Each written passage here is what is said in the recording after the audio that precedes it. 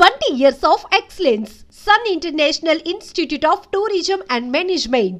నయం వచ్చినాడు అసలు పోలీసులు రాలే మళ్ళా నయం వచ్చింది వచ్చేసి మేము ఇద్దరం ఒకటే సైజు ఉన్నాం సార్ చిన్నగా ఉన్నాం మేము ఒక హైట్ లేము లావు లేము వానికి అంత క్యాజువల్ చేయడానికి పోయిన నయం ఇట్లా చెయ్యి దగ్గరకు వచ్చేసింది సార్ కార్లో నుంచి దిగి చెయ్యి దగ్గర పెట్టాను చెలో తీసి చెట్లలో దుంకి ఏకే లోడ్ చేసినాను వెళ్ళిపోయింది పని అక్కడ నుంచి ఆ ఏపీటి వదిలేసినాం వచ్చి ఇది జరిగిందని చెప్పి వచ్చిన తర్వాత ఇంకా దీనికి మనం ప్రతీకారం ఏదైనా దాడి చేయాలని చెప్పేసి ప్రకాశం జిల్లాలో పోలీసులు కుమ్మింగ్కి వచ్చారు కుమ్మింగ్కి వచ్చి ఆగిన తర్వాత అక్కడ దాడి చేయాలి ఫస్ట్ రాకెట్ లాంచర్ అదే ఫస్ట్ ఇప్పుడు దొరికిన రాకెట్ లాంచరు మావోయిస్టుల కాడ మనకు 2005లో దొరికిన రాకెట్ లాంచర్ ఫస్ట్ వాళ్ళ మీద దాడి ఉపయోగించినాం దాన్ని పేలకపోతే గ్రానైల్ వేసి ఫైరింగ్ చేసి వెళ్ళి వచ్చేసినాం ఎందుకంటే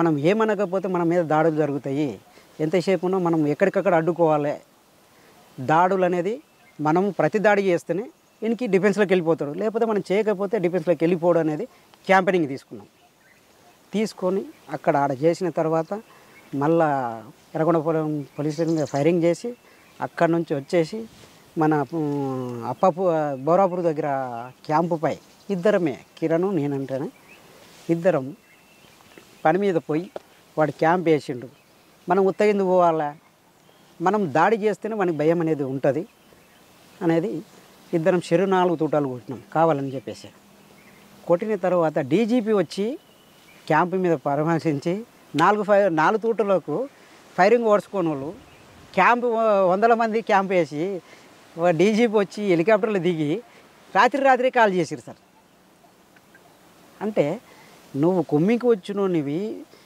అక్కడ ఉన్న చెంచులని రకరకాలుగా ఇబ్బంది పెట్టారు సార్ ఆ నైటు చెంచోలని 3 పెంటల చెంచోలని అడ్డం పెట్టుకుని పడుకున్నాడు ఒకసారి ఎర్రగొండపాలెం పోలీసు మీద దాడి చెప్పు ఎలా చేశారు అదే సార్ అయితే యాక్చువల్గా మన దగ్గర వేపన్స్ లేవు వేపన్స్ కావాలంటే ఏం చేయాలి శత్రువుకు మనకు అనుకూలంగా ఉన్న శత్రుస్థావంపై మనం దాడి చేయాలంటే మన కాడ ఉన్నంత బలగాన్ని ఉపయోగించాలి మన దగ్గర ఉన్న వేపన్స్ అన్నీ ఉపయోగించి కంట్రోల్గా తెచ్చుకోవాలి అనే ఆలోచన చేసినప్పుడు దాన్ని చేసే ముందులో రిహార్సల్ చేసి క్యాంపు టీంలు ఏ టీం ఏ దాడి చేయాలి ఏ టైంలో ఏ టీం సపోర్ట్గా ఉండాలి అనేది దాన్ని ప్రిపేర్ చేసి ఆ స్టేషను 2-3 ఎన్కౌంటర్లకు బాధ్యత వహించిన ఆ పోలీస్ స్టేషన్లో ఉన్న ఆఫీసర్స్ అయితే ఇది ఎప్పటికైనా మనకు ప్రమాదకరమే ప్లస్ ఆయుధాలు కావాలి మనకు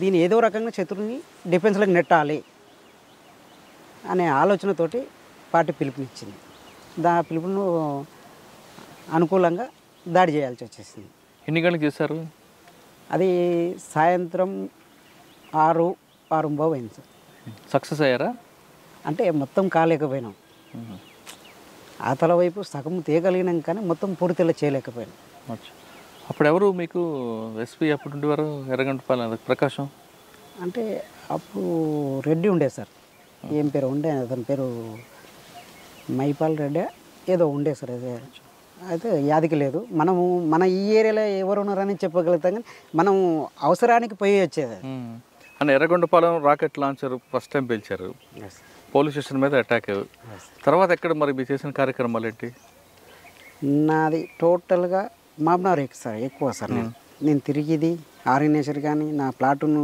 తిరగడం కానీ ఇక్కడ ఉన్న చెంచుల సమస్యల మీద మెయిన్ అక్కడ ఆర్థికంగా వాళ్ళకి ఎలాంటి ప్రోత్సాహం ఐటీడీ కానీ గవర్నమెంట్ కానీ ఎలాంటి ప్రోత్సాహాలు లేవు సార్ వాళ్ళకి ఎంతసేపు ఉన్నా వాళ్ళ జ్వరాలు వచ్చి చనిపోయినా కానీ పట్టించుకున్న నాదుడు లేడు అప్పట్లో ఏంటంటే ప్రత్యేకంగా చెంచులని ఎట్లా రక్షించాలి మనం వాళ్ళతోటి ఎట్లా వ్యవసాయం చేపియాలా ఈ బయట నుంచి వచ్చిన వ్యక్తులు సారాయికి బానిసలను చేసి వాళ్ళ దగ్గర ఉన్న మేక పిల్లలు ఉన్న వాళ్ళు చెట్టు బంకలు తెచ్చిన ఏర్లు తెచ్చినా ఏం తెచ్చినా వాళ్ళకి సారాయి పోచడం వాళ్ళకి ఎలాంటి తిండి లేకుండా బయట నుంచి గ్రామాల నుంచి సారాయి తీసుకొచ్చి పోసి అన్ని ప్రతి వస్తువు తీసుకుపోతున్నారు.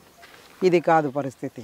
మనం దగ్గరుండి పార్టీ క్యాంపెయినింగ్ మనం వీళ్ళకి వ్యవసాయం నేర్పాలి, సారాయిని ఫస్ట్ అడ్డుకోవాలి. మనము దీని మద్యపాన నిషేధాన్ని ఖచ్చితంగా మనము దీన్ని పటిష్టంగా చేయాలి. గ్రామాలైనా సరే, ఇక్కడ ఆదివాసుల కోసానికైనా సరే, ఎక్కడైనా సరే మనం ప్రత్యేకంగా దీని మీద మనము దృష్టి పెడితేనే ప్రజలు సంసారం మీద కానీ వాళ్ళ తిండి ఆహారం మీద ఆకలి అనేది ఇవన్నీ కూడా మీరు చేశాం. సక్సెస్ అయ్యారా?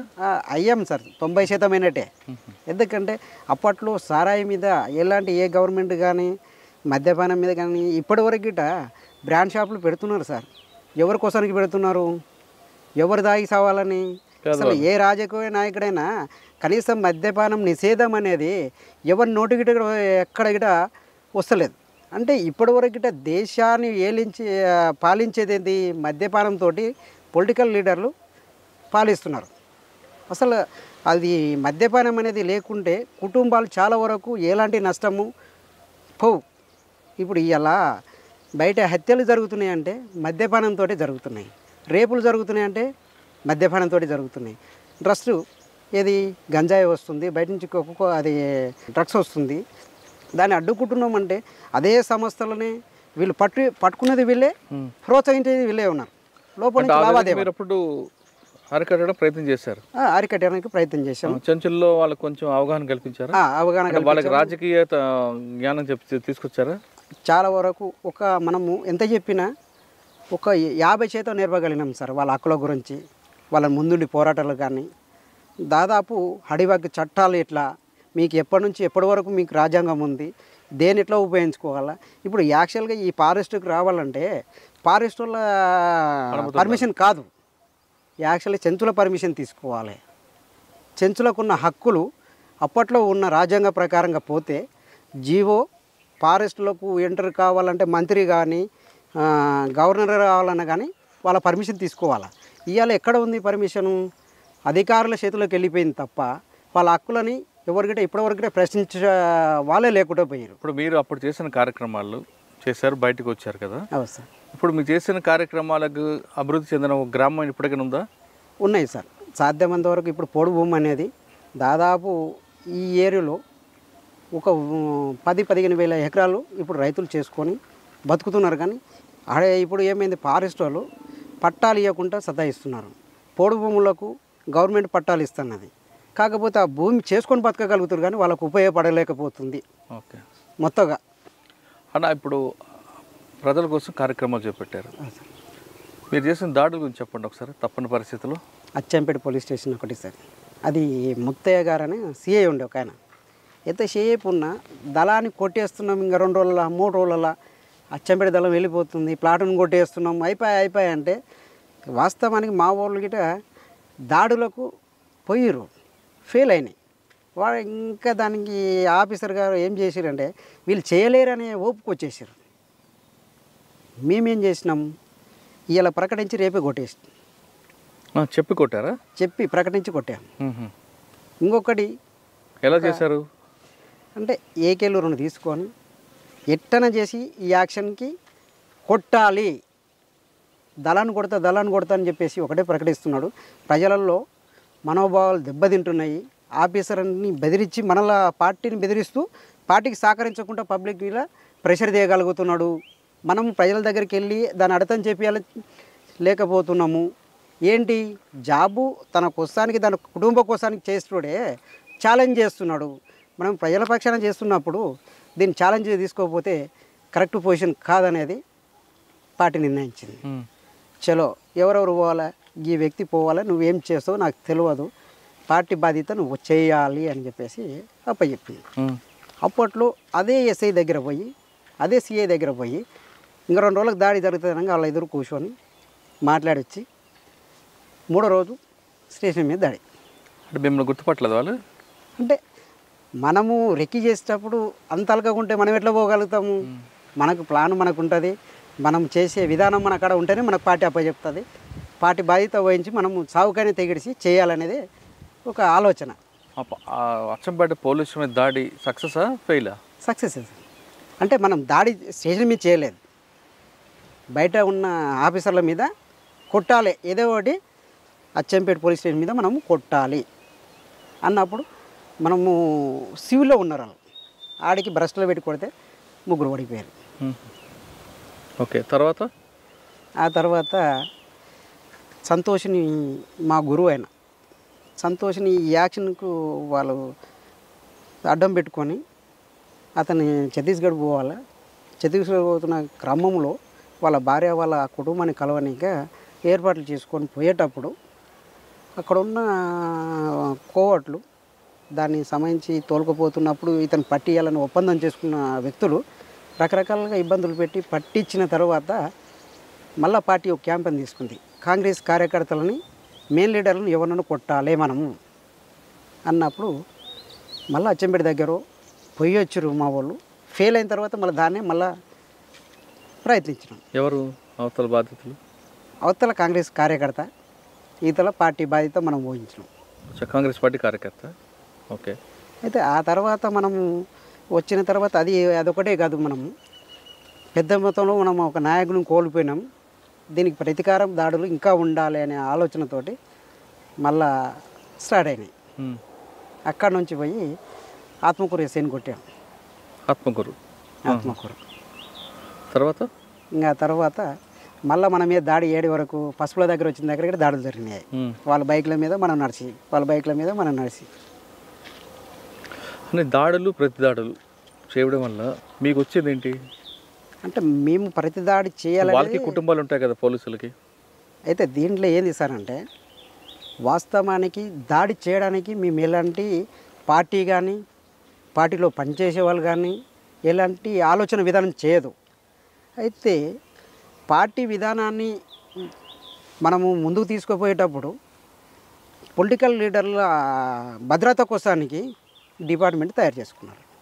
అది ఎవరి కోసానికి? ప్రజలకు ఉపయోగపడే వ్యవస్థ అయితే ఇప్పటివరకు కాదు.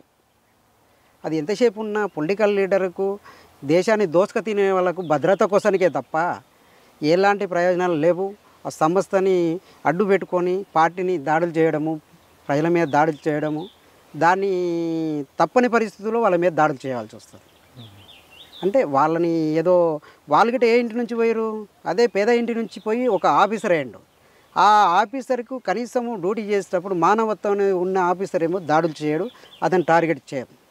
అంటే నువ్వు ప్రమోషన్ల కోసానికి, నువ్వు ఉన్న రివార్డుల కోసానికి ఉరుకులాడి దాడులు చేసి పొలిటికల్ లీడర్ దగ్గర మెప్పు పొందిన ఆఫీసర్ మీదనే టార్గెట్ చేస్తాం. మీరు మొత్తం 8 సంవత్సరాలు ఉన్నారా? 8 సంవత్సరాల నుంచి మరి ఎందుకు బయటకు వచ్చారు? దాడుల్లో చురుకైన వ్యక్తిగా ఉన్న వ్యక్తి. అయితే నా ఆరోగ్యం సంవత్సరం వరకు ఆరోగ్య సమస్య బాగా ఎంటాడిన తప్పు క్రమంలో ఇంకా నేను తప్పని పరిస్థితుల్లో పానంతో దొరికింది అనుకో ఎక్కడన్నా, పార్టీకి నా వల్ల డ్యామేజ్ అవుతుంది. ఎందుకు నేను ఆడికి చెప్పిన నా ఆరోగ్యము ఖరాబ్ అయిన తర్వాత గిట 3 నెలలు పార్టీకి చెప్పిన నా వల్ల అవుతలే బయటకు వెళ్తా అని. పార్టీ చెప్పినట్టే వండుకుంటూ వచ్చిన నేను.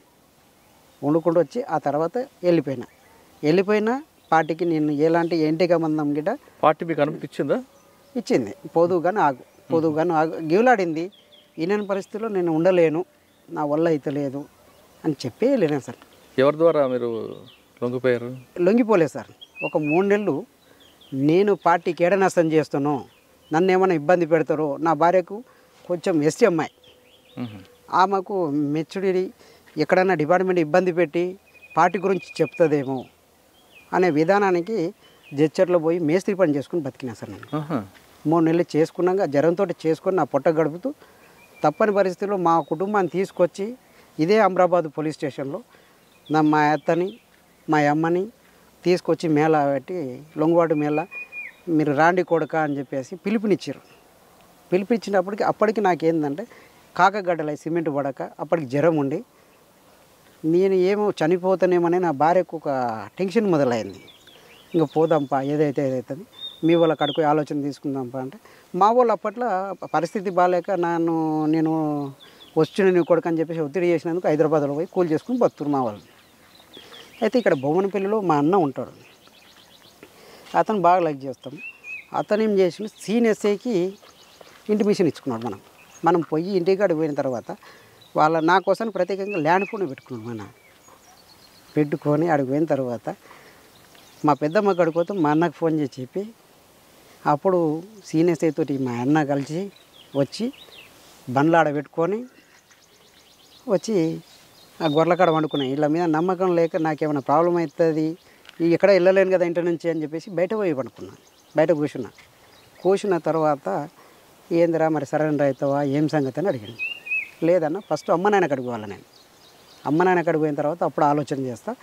చలో అమ్మ నాయన ఏడ చేస్తారు, ఆయన హోమ్ మినిస్టర్ ఇంట్లో నాయన పని చేస్తున్నాడు.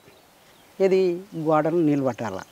అయితే సరెండర్ అయితే ఏంటంటే మనం ఆడికి పోతే జానారెడ్డి అప్పుడు అక్కడికి పోతే మనం మన సొంత ఆలోచన పోవాలన్నా వద్దా అనేది కొద్దిగా కుటుంబంతో డిస్కషన్ చేయాలి. ఆరోగ్యం కుదుటపడ్డంగా వెళ్ళాలన్నా లేకపోతే మన సరెండర్ కావాలన్నా అనే ఆలోచన సందిగ్ధంలో ఉన్నా. బయటకైతే వచ్చిన మళ్ళీ నా వల్ల పార్టీకి ఎలాంటి నష్టం జరుగుతుంది అని ఆలోచన చేసుకొని స్థిరంగా కొద్దిగా ఎటుగా కూడా అయిపోయినా, మధ్యలోనే అయిపోయినా.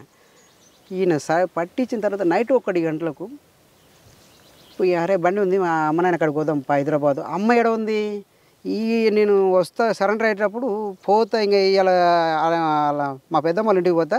ఈ నుంచి మా ఇంటికి పోయింది, గోనెంపల్లి పోయింది. యాక్చువల్గా ఈ నుంచి ఆడికి పోయిందంటే నాకు 2 గంటల టైం మా ఇంటికి పోనీక. వీళ్ళు చెప్పిన ఒక్క మాట మీ అమ్మ ఇంటికాడ ఉందంటే వెళ్ళిపోతా. వీళ్ళ స్వార్థం కోసానికి నన్ను నేనే మూసిపెట్టి మా అమ్మకి తెలియకుండా నన్ను నైట్ 1కి పట్టించు. గిరి అని ఒక్క పిలుపు పిలిస్తే సార్ ఈ పెంటగడలలో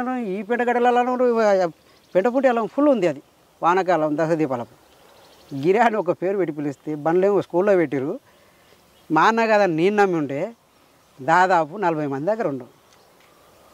అప్పుడు ఉరికొచ్చి ఏసై పట్టుకొని హీరో అంటాను. అంటే ఆ రాత్రి సరే నీవు బాగున్నావు మాట్లాడినావు బాగుంది, అదే నేనే వేపన్ తీసుకొని దాడి చేసింది అనుకో ఎవరు అక్కడ నువ్వు తోలుకొచ్చిన వాళ్ళు నష్టపోయినా కష్టమే, ఇక్కడ నేను చనిపోయినా మా అమ్మనైనా ఊరుకోరు కదా. అంటే అప్పట్లో డైరెక్ట్ అడిగాడు నన్ను ఒక కానిస్టేబుల్, ఇప్పుడు కొట్టేసి ఎవరు దిక్కు నీకు అని అడిగాడు. సార్ నేను చచ్చిపోయే ముందర ఒక్కనైనా చంపుతా మిమ్మల్ని, చంపుతా సార్ అని చెప్పిన. అన్న వరకు ఎస్ఐ ఉండి తిట్టిండు వాళ్ళని. తిట్టినాక బంద్ చేసినాక ఆ నైట్ తీసుకొచ్చేసి ఆయన ఇంట్లోనే పండబెట్టుకొని తెల్లారి నీర కాసి పొద్దుగాల తీసుకుపోయి సరైన చేసింది సార్ ఇక్కడ మామనారు. అయితే నాకు అప్పటి వరకు నన్ను ఉంచుతారనే నమ్మకం అయితే లేదు. ఓకే, ఎందుకంటే 199 కేసులు వాళ్ళ మీద దాడులు చేసినవి ఉన్నాయి, గట్టి ఆఫెన్స్లే ఉన్నాయి. అయితే నన్ను ఎట్లా ఉంచరు అనేది నా ఆలోచన విధానం. పొద్దుగాల వీళ్ళందరినీ మాజీలని నన్ను మంగళాన్ని పిలిచి కటింగ్ చేయించి ఒక జత బట్టలు తెప్పించి వాళ్ళ మా భార్యకి ఇచ్చి తానం చేయించి బయటికి కంపౌండ్లోకి తీసిన తర్వాత వీళ్ళందరూ కంపౌండ్లో కానీ వస్తే బతికినారు అనుకున్నాను. అప్పటి వరకు నేను లేను, కొట్టేస్తారు ఎప్పుడో సరే అయితే కొట్టేస్తారని డిసైడ్ అయినా. సరెండర్ అయిపోయారు. అరెస్ట్ చేశారా లేదు పంపించారా? ఇంకా సరెండర్ చూపించారు సార్. ఇంకా అంటే ఈయన మా అన్న పెద్ద మనిషి టీడీపీ తాలూకా ఇన్ఛార్జ్ అనమాట. అప్పుడు ఎవరు ఎస్పీ ఎవరు అప్పుడు చార్చిన మేడం. అయితే వాళ్ళు ఆఫీసర్ సరెండర్ అయిన తర్వాత మీకు ప్రభుత్వం ఇచ్చిన పథకాలు అందాయా? అంటే సరెండర్ అయిన తర్వాత మనకు డిపార్ట్మెంటు వాళ్ళకు డంపులు చూపించలేదని, పబ్లిక్ని చూపించలేదు, మీకు సహకరించిన వాళ్ళు చూపించలేదని చెప్పేసి కొద్దిగా ఇబ్బందికరంగానే ఉన్నది. కానీ మజీ సిఐ గారు సరే ఆయన ఒక మానవత్వంతో ఆయన నీ బతుకు తీరు పెట్టరా, నువ్వు సరే మాకంటే సహకరించకపోతే నీ బతికెట్లా ఏం చేస్తావు అని ఆలోచన చేస్తే ఈ ఎస్ఐని అడిగితే ఇది కార్పొరేషన్ కోసానికి బండి తెచ్చుకుందామని, నా బతుకు తెరువు కోసానికి సరెండర్ అయినప్పుడు కార్పొరేషన్ నుంచి సపోర్ట్ చేస్తే బండి తెచ్చుకుందామని సుమో కోసం లెటర్ తెచ్చుకున్నాను సార్. ఆ లెటర్ చింపేసాడు. సార్ నేను తెచ్చుకున్నా, మీరు సహకరించండి, మాట్లాడండి ఆఫీసర్ తోటి అని చెప్పేసి ఐటీడీపీఓ కాడికి పోయి. ఎవరు చెప్పారు? ఎస్ఐ పేరు శ్రీనివాసులు.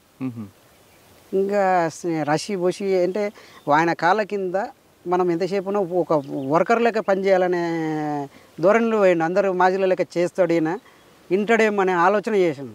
నువ్వు నాకు ఏది పెట్టకున్నా సరే నా బతుకు నేను బతుకు నా స్వేచ్ఛ వదిలిపెట్టాల అని చెప్పేసి అప్పుడు సిఐ దగ్గర పోయి కూర్చొని, నీకు బాధ ఏంటంటే, సార్ నా పరిస్థితి ఇది కాదు, నేను పోయి ఓన్గా పని చేసుకుంటా, నన్ను ఇచ్చలవిడే విడిచిపెట్టాలి, నేను పార్టీకి నష్టం చేయను, మీకు నష్టం చేయను, నాకు నా సమాజంలో పబ్లిక్ ఉన్నారు కదా వాళ్ళతో పాటు వాళ్ళకి న్యాయం చేస్తూ నేను కూడా నా బతుకు దేలాడుకోవాలా మరి ఏం సార్ ఎన్ని రోజులు ఉండాలి మీ స్టేషన్లో అని ఒక వారం 10 రోజులు గెస్ట్ హౌస్ ఇచ్చారు నాకు సపరేట్గా. అప్పుడు ఈ రజిత రమాకాంత్ వీళ్ళందరూ సరెండర్ అయ్యి మళ్ళీ ఆ గెస్ట్ హౌస్కి చేరారు. వాయబ్బా ఇది కాదు, మనం బయటికి వెళ్ళాలి, దగ్గర దగ్గర ఉండే సమస్యలు తెచ్చుకోడు, ఇక్కడ దూరంగా వెళ్ళాలి సార్, నాకు ఇది కాదు, మరి ఆర్థిక పరిస్థితి నాకు అక్కడ రూపాయి లేదు, మరి ఏం చేయాలి సార్ అంటే అప్పుడు సిఐ ఎస్ఐకి చెప్పి అవతల ఒక రూమ్ 500కు రూమ్ కిరాయి ఇప్పించారు, ఒక నెలకు ఇప్పించినాక మళ్ళీ మన పరిస్థితి బాగాలేకపోతే కుటుంబంతో 5-10 తెచ్చుకొని అక్కడ ఉండి తప్పని పరిస్థితుల్లో ఆ సిఐ మళ్ళీ బదులు 1 లక్ష రూపాయలు ఇచ్చి బండి మళ్ళీ ట్రాక్టర్ కోసానికి ఆయన ఒక కానిస్టేబుల్ ఇచ్చి ఇంకా రూపాయలు లేదని చెప్పేసి తిప్పి ఐటీడీ పిఓ కాడికి పోతే వాళ్ళు లెటర్ ఇచ్చింది, శాంక్షన్ లెటర్. అది మళ్ళీ ఏం చేయాలి, సేమ్ మళ్ళీ ప్రైవేట్గా మనం వీళ్ళు సరెండర్ అయిన తర్వాత మనకి ఏదో ప్రోత్సహిస్తారు, గవర్నమెంట్ ఏదో వస్తుంది అనే భావన పబ్లిక్లో కల్పిస్తారు తప్ప ప్రైవేట్ ఫైనాన్స్కి సపరేట్గా మనం తెచ్చుకున్నా అది ఆరామ్సే సార్. ఇది మళ్ళీ ఈ ఆఫీసర్లతోటి సహకరించమని చెప్పాలి, ఆ బ్యాంకుని గీములాడాలి, మళ్ళీ ఫైనాన్స్ని గీములాడాలి, ఈ రకరకాలుగా పట్టా మన మీద ఉంటేనే వాళ్ళు లోన్ ఇస్తారు. అట్లా లాస్ట్కు తిరిగి తిరిగి తిరిగి మా అత్తగారి భూమి మా మామ పేరు మీద ఉంటే దాన్ని ఏం చేసిండు, మా బామ్మడిది పెద్ద బామ్మడిది తప్పదు ఈయన పట్ట చేసుకుంటే ఈయనకే పోతుందేమో అనే అపోహలు వాళ్ళకి నేర్పారు. అయితే అతను ఏం చేసిండు, ఒక బుక్ తయారు చేసి బ్యాంకులు ఇచ్చిండు. బ్యాంకులు ఇచ్చి తిరగంగా ఆయన మసీ సరే తిట్టిండు, మీ బామ్మడిది మీ చెల్లెనే కదా 10 మందిలో బతున్నాడు, ఎట్లా మీరు పొలిటికల్గా ఆయన టార్గెట్ చేయడం ఇప్పుడు కాదు, దూరంగా ఉన్నప్పుడు పార్టీలో ఉన్నప్పుడు టార్గెట్ ఇవ్వం, కానీ పబ్లిక్లోకి వచ్చినప్పుడు మీరు అందరూ సహకరిస్తేనే వాళ్ళు బతుకుతేనే మీకు ట్రాక్టర్ లోన్ వచ్చింది. అప్పుడు గవర్నమెంట్ లోన్ ఇచ్చింది, ఏది ఎస్బీఐ బ్యాంక్లో లోన్ ఇచ్చింది. అవి ఇచ్చిన తర్వాత కడుతూ పోయినా ఎంత పోయినా కానీ మనకు వచ్చిన 200-300 వస్తే మనము మితికిందిగా పోతుంది. అది లాస్ట్లో కట్టంగా 270కి బండి మనకు తెలియకుండా గుంజుకుపోయారు. ఎవరు? బ్యాంక్ వాళ్ళు. ఇంకా దేవుడు అని చెప్పేసి మళ్ళీ ప్రైవేట్ ఫైనాన్స్లో పోయి ఇప్పుడు ఏం చేస్తున్నారు మరి? ఇప్పుడు ప్రస్తుతానికి ట్రాక్టర్ ఉంది సార్, ట్రాక్టర్ నడుపుకుంటున్నారు. ట్రాక్టర్ నడుపు. ఈ మధ్యకాలంలో నయీం అనే వ్యక్తి ఎప్పుడు మీకు ఎదురయ్యాడు? అంటే ఒక్కసారి మీకు మిస్ అయ్యాడు అక్కడ ఏపీటీలో? అయితే 3 సార్లు మిస్ అయినాను సార్. అయితే ఈడ మన పరాబాద్ కోట అని చెప్పేసి ఈ శేషన్ అని ముననూరు అంటాడు, అతను బొంత పార్వతమ్మ అని బొంత లింగమయ్య అని చనిపోయాడు పార్టీలో. పార్వతమ్మల చెల్లెని శేషయ్య చేసుకున్నాడు. అయితే వీళ్ళు ఏంటంటే అప్పుడు ఆర్థిక పరిస్థితి బాగాలేదనే విధానం కాదు, అది టూరిజంలో నయం ఇతను పెట్టించిండు అక్కడ. అంటే శేషన్ అని. అయితే దాని విషయం ఇలా ఏమైంది సార్ అంటే పార్టీకి చెందిన వ్యక్తిగత ఆడపిల్ల అంటే ఎలాంటి ఎక్స్పోజింగ్ చేయొద్దు, మనము ఇబ్బంది పెట్టవద్దు అనే ఆలోచన విధానంలో అతను ఏమనలేదు, మేము హెచ్చరించేది కానీ ఏమనలేదు. అయితే ఆడ ఏపిటి ఉంటే నయం స్మార్ట్గా తయారయ్యారు. అంతవరకు జుంపాలు ఉండేది సార్. ఆ వచ్చిన టైంలో నీట్గా కట్ చేసుకున్నాడు, హాయిగా ఉన్నాడు, ఒక టూరిస్ట్ లెక్క ఉన్నాడు అన్నమాట. అయితే పోతుంటే తిరుగుతుంటే అయితే యాక్చువల్గా నేనేంది ఈ వ్యక్తి ఓడబ్బా కొత్తగా వచ్చిండు, ఎప్పుడైనా గడ్డం కానీ ఏదైనా మాస్క్ కానీ ఉండేది, ఆ రోజు మాస్క్ లేదు, నెత్తి లేదు, ఏదో ఒక పొలిటికల్ లీడర్ లేక తిరుగుతున్నాడు. ఏందబ్బా అని చెప్పేసి కిరణ్ అనే పిల్లగాడు అతను అబ్జర్వేషన్ చేసిండు. అయితే టార్గెట్ ఏంటంటే మేమిద్దరం బయటికి వెళ్తాం, అలా ఆయనను కొట్టేయద్దు, పానంతో దొరకాలి మేము, అలా ఆలోచన విధానం. అయితే ఆ పిల్లాడు అంతకంటే ముందే చెప్పిండు, ఆడికి వస్తుండే ఖచ్చితంగా జాగ్రత్త అని చెప్పేసి చెప్పాను. నేనేం చేసిన ఇంకా తిరుగుతా దగ్గరకు వచ్చేసాను సార్. ఇట్లా నేను పోతుంటే సింపుల్గా లుంగి కట్టుకొని పోతుంటే వచ్చేసి దగ్గరకు వచ్చి రేట అనుకోని పోయాడు. మళ్ళా చేలో వెళ్ళిపోయినా, వేపన్ లేదు నా దగ్గర.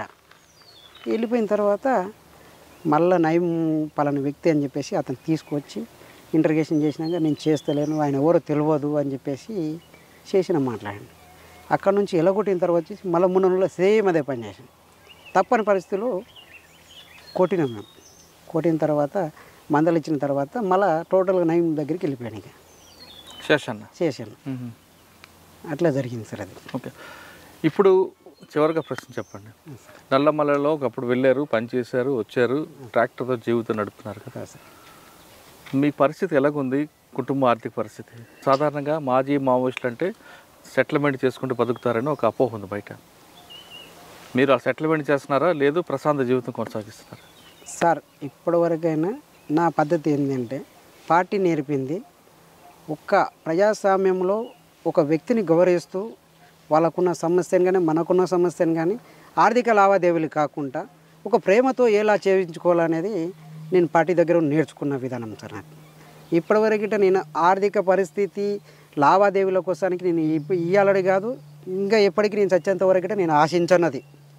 నాకు కావాల్సింది ఏంటంటే వ్యక్తులు కావాలి, అలా ప్రేమ కావాలి నాకు తప్ప నేను ఎలాంటి సెటిల్మెంట్ కానీ వాళ్ళ దగ్గర లావాదేవీలు ఏమైనా వస్తాయి అనేది ఎప్పటికంటే నేను భావించలేదు సార్. ఇప్పటివరకు నాకు ఆ పార్టీ ఏదైతే నేర్పిందో దాని మీదే నేను కట్టుబడి ఉన్నా. ఇప్పటికైనా నేను ఎలాంటి రాజకీయ నాయకులు పిలిచినా ప్రజల ఆ గేరీలో కానీ ఆ చుట్టుపక్కల ఏ సమస్య ఉందో ఆ సమస్య మీద డైరెక్ట్గా పోరాడతా, నేను డైరెక్టే మాట్లాడతా. వాళ్ళు కోపం పెట్టుకుంటారు నా మీద, కానీ నేను ఎన్నడిగిట దానికి లొంగను. నేను ఎంతసేపునో ఇప్పటికే నేను చనిపోయేంత వరకు నేను ఎప్పటికిట నేనున్న ఏరియాలో నా కాడికి అన్న వచ్చిన వారికి ఎలాంటి సమస్య ఉన్నా ఎదురుపడతా సార్.